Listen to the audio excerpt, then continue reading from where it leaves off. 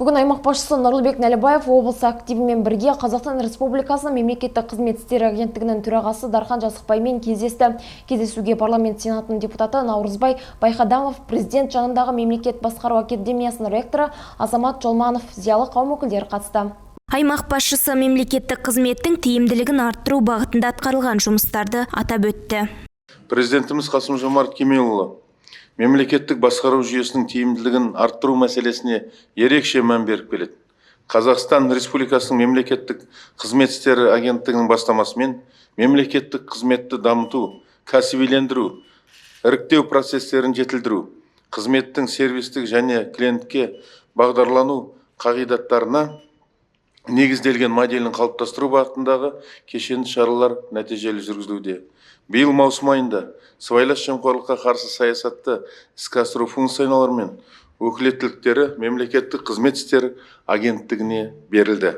Актив отырысында Дархан Жазықбай мемлекеттік қызметті дамыту, кәсібилендіру, іріктеу процестерін жетілдіру, қызметтің сервистілік және клиентке бағдарлану қағидаттарына негізделген моделін қалыптастыру бағытындағы кешенді шаралар туралы айтты. Мемлекеттік қызмет саласындағы ашықтық, әділеттілік және әрбір азамат үшін тең мүмкіндіктерді қамтамасыз етуге қатысты өзгерістер енгізілуде.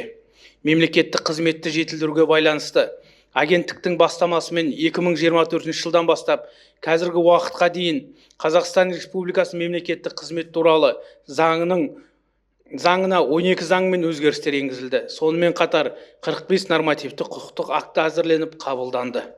Өткен жылы Президент жарлығымен Қазақстан Республикасында мемлекеттік қызметті дамытудың 2024-2029 жылға арналған тұжырымдамасы бекітілді. Тұжырымдама мемлекеттік қызметшілердің жұмыс тәсілін өзгертіп, мемлекеттік қызметті адамға бағдарланған бағытта жаңаша өріс алуына мүмкіндік тудырады. Жиында Сыр өңірінің әлеуметтік экономикалық дамуы жолында елеулі еңбек еткен ардагерлерге Қазақстан Республикасы мемлекеттік қызмет істері агенттігінің мемлекеттік қызмет ардагері төсбелгісі табысталды. Зейнетке шықтым, осыған дейін 35 жыл мемлекеттік қызмет. Негізі бүкіл өмірімді осы мемлекеттік қызметке арнадым. Сондықтан бүгінгі мына марапат өте мені қуантады, сондай көңілді күйдемін, еңбек еленгеніне ризамын. 35 жыл қалтқысыз қызмет еттім десем болады. Еске салайық, биыл маусым айында сыбайлас жемқорлыққа қарсы саясатты іске асыру функциялары мен өкілеттіктері мемлекеттік қызмет істері агенттігіне берілген болатын. Наргиза Төреқұл, Ержан Смағұл, 7-News.